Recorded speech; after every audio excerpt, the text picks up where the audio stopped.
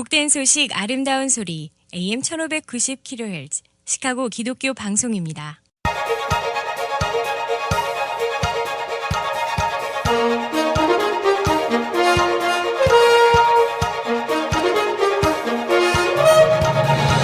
김정일 해설위원의 시사 해설. 세상을 넓게 봅니다. 삶의 지평이 넓어집니다. 지난주에 한 극보수주의 목사가 쓴 기도문이 한인사회 가정에 나돌아 다녔습니다. 조 라이트 목사라는 에반젤리컬 복음주의 기독교 소속인 목사가 쓴 기도문입니다. 저도 이것을 시카고에서 또 한국에서 여러 번 이 내용을 카톡으로 받았습니다. 그 내용은 미국의 다원주의 또 다문화주의 등 우리의 신분과 처지를 규정하는 근본적인 개념부터 시작을 해서 동성애 정책, 복지 정책, 낙태 문제, 표현의 자유 등 여러 가지 소셜 이슈 등도 담고 있습니다. 아시는 대로 이 문제들은 매우 강력한 또 장기간 계속되는 논란거리입니다. 이 내용이 소수계이면서 동시에 이민자인 우리들에게 직접적인 영향을 미칠 수 있는 사항들이 포함되어 있기 때문에 제가 관심을 가지고 읽었습니다. 제가 발견한 것들이 몇 개 있는데 이 기도문은 매우 분열적이고 논쟁적이고 공격적이고 극단적인 내용을 담고 있다는 것입니다. 두 번째는 여러 가지 오류가 발견이 되었습니다. 우선 이 극단적인 문제가 불거진 것이 1996년 1월입니다. 24년 전의 일입니다. 그런데 왜 지금 이 문제가 한국과 미국의 한인 가정에 이슈가 되는지 분명치가 않습니다. 또 한 가지는 기도문이 발표된 것이 카톡에서는 마치 미국 상원의 개회식 기도문인 것처럼 되어 있는데 그게 아니었습니다. 캔서스주 하원에서 24년 전에 있었던 일입니다. 왜 이 오래되고 오류가 많은 기도문이 2020년도 새해 벽두에 한인 가정에 나돌아 다니는지 그 이유는 제가 알 수가 없었습니다. 이 내용을 카톡으로 또 이메일로 전달하는 사람들의 의도도 분명치가 않습니다. 그래서 오늘은 이 조 라이트라는 극보수계 목사의 기도문 내용은 어떤 것인지, 그 전후 사정은 어떤 것인지, 또 우리와의 관계는 어떤 것인지 살펴보겠습니다. 이 기도문이 한인 가정에 배달되고 있는 이유, 즉 이를 전달하는 사람들의 의도가 분명치가 않습니다. 그냥 이 기도문 내용 중에 용서, 회개, 인도하심 이런 용어가 들어있는 그럴듯한 기도문이기 때문에 전달을 한 것인지 또는 그 내용에 동의해서 이 내용을 설득하고 교육하고 계몽하기 위한 것인지 또는 그 내용 자체를 잘 모르면서 그냥 말미에 담대하게 전해달라라고 부탁을 하니까 그래서 한 것인지 저는 알 수가 없었습니다. 만일 잘 모르고 잘 이해도 못하고 했다면 어쩔 수 없는 일입니다. 그러나 이 극보수주의 목사의 주장에 동의를 해서 했다면 문제가 크게 다릅니다. 최소한도 극보수 그룹에서는 소수계 이민자인 장본인을 매우 어리석게 보고 그들에게 비웃음과 조소를 보낼 수가 있습니다. 왜냐? 그 내용 중에 소수계 이민자를 향한 독소조항이 많이 있기 때문입니다. 우선 그 기도문 내용을 둘로 나누는 것이 다루기가 쉽겠습니다. 다원주의, 다문화주의, 즉 소수계 이민자들인 우리의 신분을 규정하고 1등 시민, 2등 시민을 가르는 개념을 얘기합니다. 둘째는 동성애, 복지정책, 낙태, 표현의 자유 이런 소셜 이슈를 구별하는 것이 사안의 근본을 따지는데 용이할 것으로 보입니다. 이 소셜 이슈들은 사람들의 생각과 철학에 따라서 다른 의견을 얼마든지 가질 수 있는 문제이기 때문입니다. 그러나 우선 다원주의, 플루럴리즘을 따져보겠습니다. 그는 이것이 당신의 말씀인 절대적인 진리를 업신여긴 것이다 라고 해석을 했습니다. That is wrong. 다원주의는 이 사회 구성의 근본적인 개념입니다. 신이 이 문제를 절대로 진리라고 한 적이 없습니다. 미국의 태동기부터 에이시안과 백인과 흑인, 히스패닉이 모두 주인으로 존재해 왔었습니다. 소수 그리고 다수의 차이는 있었지만은 소수가 결코 객이 아니었고 역시 주인이었다 하는 주의가 바로 그것이고 또 그것이 객관적인 미국의 역사입니다. 소수계가 결코 뜬애기나 나그네가 아니라는 개념입니다. 두 번째, 다원주의, multiculturalism. 그는 이것을 다른 신을 섬기는 것으로 해석을 했습니다.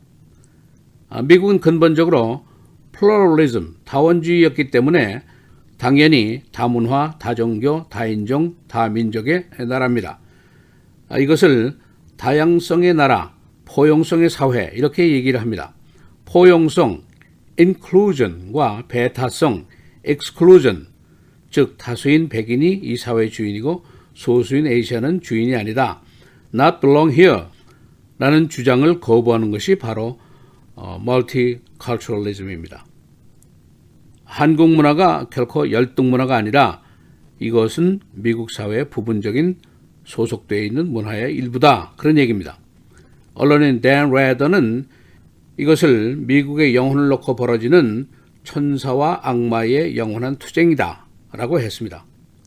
이 조 라이트 목사의 주장은 악마의 견해적으로 볼 수가 있습니다. 그리고 미국의 헌법은 종교 문제에 관해서 정종 분리 원칙, separation of church and state 라고 수정헌법에 이미 규정을 해놓았습니다. 이 조 라이트의 extremism, 극렬주의는 이미 미국에서 정평이 나 있는 것입니다. 1991년도에 그가 낙태 반대 운동을 벌이면서 46일 동안이나 시위를 벌이면서 클리닉을 점거한 적이 있었습니다. 당시에 위치타라는 작은 도시에서 무려 2,000명이 체포가 된 적이 있습니다. 워싱턴 포스트는 1996년도 5월 20일자로 이때 마크 피셔라는 기자가 쓴 기사를 게재했는데 그 제목이 완고한 기도문이 정치적인 분노에 불을 붙였다라고 되어 있습니다. 그의 기도문에 대해서 캔서스 시티 스타라는 신문은 당시에 He made everyone mad 이라고 보도를 했었습니다. 이 기도문은 한 보수주의 공화당 의원인 마크 파처라는 주 하원 의원이 콜로라도 의회에서 낭독을 시도했을 때 대부분의 의원들이 퇴장 소동을 일으킨 적도 있습니다. 민주당 의원들은 이 기도문을 인종차별주의적인 것, 레이시스트의 글이다라고 비난을 하고 있고 심지어 공화당 주 하원 의원인 메리 모리슨 의원까지 이 기도문은 매우 공격적인 내용이다라고 비판을 했고 다른 의원들은 이 기도문이 매우 분열적, divisive라고 비판을 했습니다.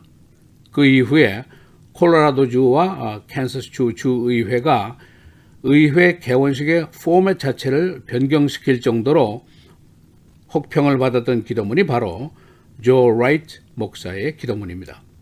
그의 이 기도문은 지역 ABC 방송에서도 다뤄져서 찬반 논란이 크게 노출이 됐었던 사건입니다.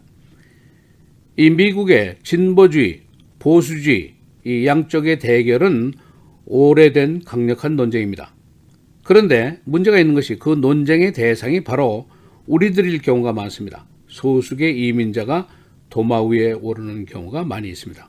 그런데 정작 논란의 대상인 장본인인 우리가 다원주의가 뭔지, 다문화주의가 뭔지, 다양성이 뭔지, 포용성, 배타성이 뭔지 가장 기본적인 잣대, 이 개념조차 이해를 못하면 참 곤란한 일이 됩니다.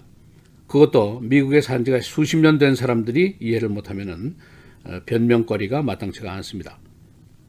24년이 지난 이 기도문을 지금 퍼나르는 사람들이 그냥 착각 속에서 그런 것이었기를 바랄 뿐입니다.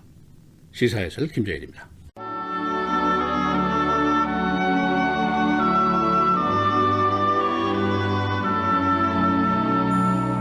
묵시가 없으면 백성이 방자히 행하거니와 율법을 지키는 자는 복이 있느니라.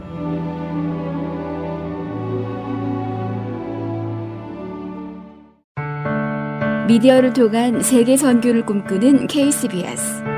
이제는 라디오가 없어도 KCBS 시카고 기독교 방송을 실시간으로 청취할 수 있습니다. KCBS 시카고 기독교 방송에서는 쉽고 간편한 라디오 청취 서비스를 제공합니다. 스마트폰 애플리케이션 서비스 안내 앱스토어에서 KCBS를 검색해 시카고 다운타운 그림의 KCBS 아이콘을 무료로 다운받아 설치하시면 스마트폰으로 실시간 KCBS 생방송 청취가 가능합니다. 정규 방송 시간 후에는 CBS 기독교 방송이 실시간 방송됩니다. 또한 시카고 기독교 방송 웹사이트 kcbs1590.org에서 생방송 듣기 메뉴를 통해 KCBS 라디오를 실시간으로 청취할 수 있습니다. 김정일 해설위원의 시사해설 방송도 스마트폰 KCBS 앱을 통해 매일 청취가 가능합니다. KCBS 앱의 왼쪽 상단에 위치한 메뉴에서 J킴 뉴스를 클릭하시면 다시 듣기 서비스가 가능합니다. 또한 페이스북이나 유튜브에서도 김정일 해설위원의 시사해설 진행 방송 청취가 가능합니다. KCBS 실시간 청취 서비스에 관한 자세한 사항은 시카고 기독교 방송 전화 847-583-영원구원 583-영원구원번으로 문의하시기 바랍니다.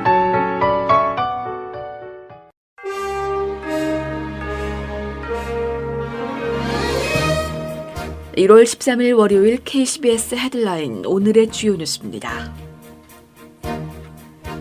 이란 최정예 혁명수비대의 대공부대가 유크레인 여객기를 5인 격추한 사실을 인정한 이후 이란에서 반정부 시위가 다시 격화되고 있습니다.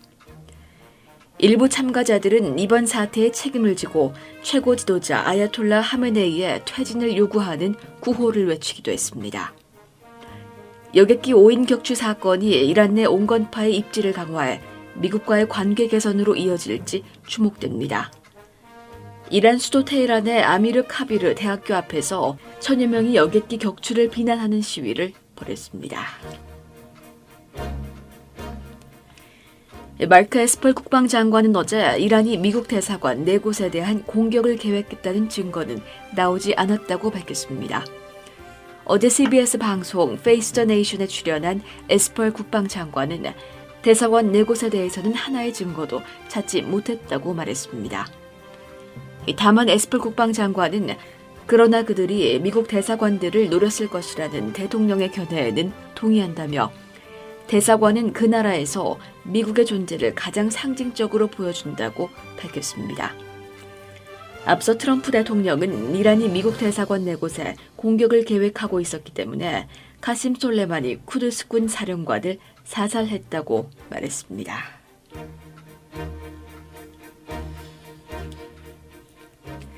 유크레인 스캔들로 촉발된 트럼프 대통령에 대한 탄핵 절차가 이르면 이번 주 재개될 전망입니다. 민주당은 내일 정례 의원 모임에서 탄핵소추안 상원 송부 시기와 탄핵소추위원 명단 등을 논의할 예정입니다. 민주당이 장악하고 있는 하원은 지난해 12월 18일 탄핵소추안을 통과시키고도 정략적 판단에 따라 상원으로 넘기지 않는 지연 전략을 써왔습니다. 그러나 미 대선 민주당 경선이 한 달여 앞으로 다가오면서 상원 민주당 내에서도 탄핵소추안 송부 목소리가 커지자 펠로시 하원 의장은 소추안을 넘기는 것으로 입장을 선회했습니다.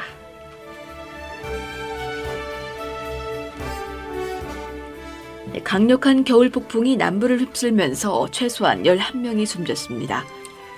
지난 주말 텍사스에서 중남부에 이르는 지역에 겨울 폭풍과 강풍으로 가옥이 파괴되고 전기가 끊기는 등 큰 피해가 이어졌습니다. 엘라바마주에서만 사망자가 7명이 나왔다고 기상당국이 발표했습니다.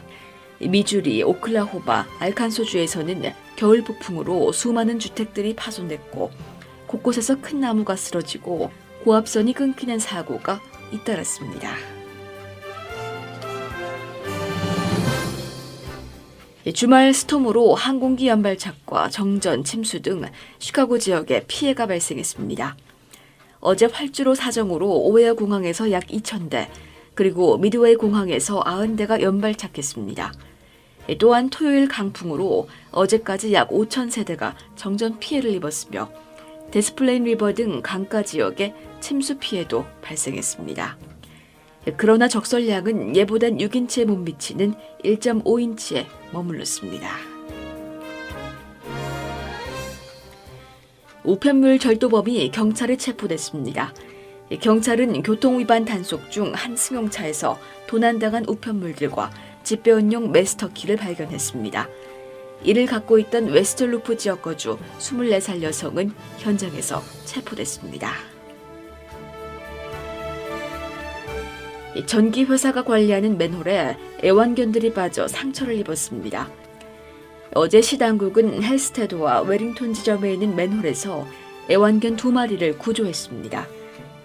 이 애완견들은 테이프로 봉해진 맨홀에 빠져 약 30분간 갇힌 뒤에 시당국에 의해 구조됐습니다. 날씨입니다. 오늘은 오전에 흐리고 오후 들어 맑은 지역이 있겠습니다. 낮 최고 34도, 밤 최저 30도. 내일도 오전에 흐리다 오후부터 차차 맑은 날씨 보이겠고 기온은 오늘보다 조금 높겠습니다. 낮 최고 42도, 밤 최저 25도. 수요일 흐리고 오전에 비 또는 눈이 내리는 곳 있겠습니다. 낮 최고 41도, 밤 최저 19도. 목요일 오전에 흐리다 오후에 대체로 맑은 날씨 보이겠고 기온이 크게 내려가면서 매우 춥겠습니다. 낮 최고 26도, 밤 최저 17도입니다.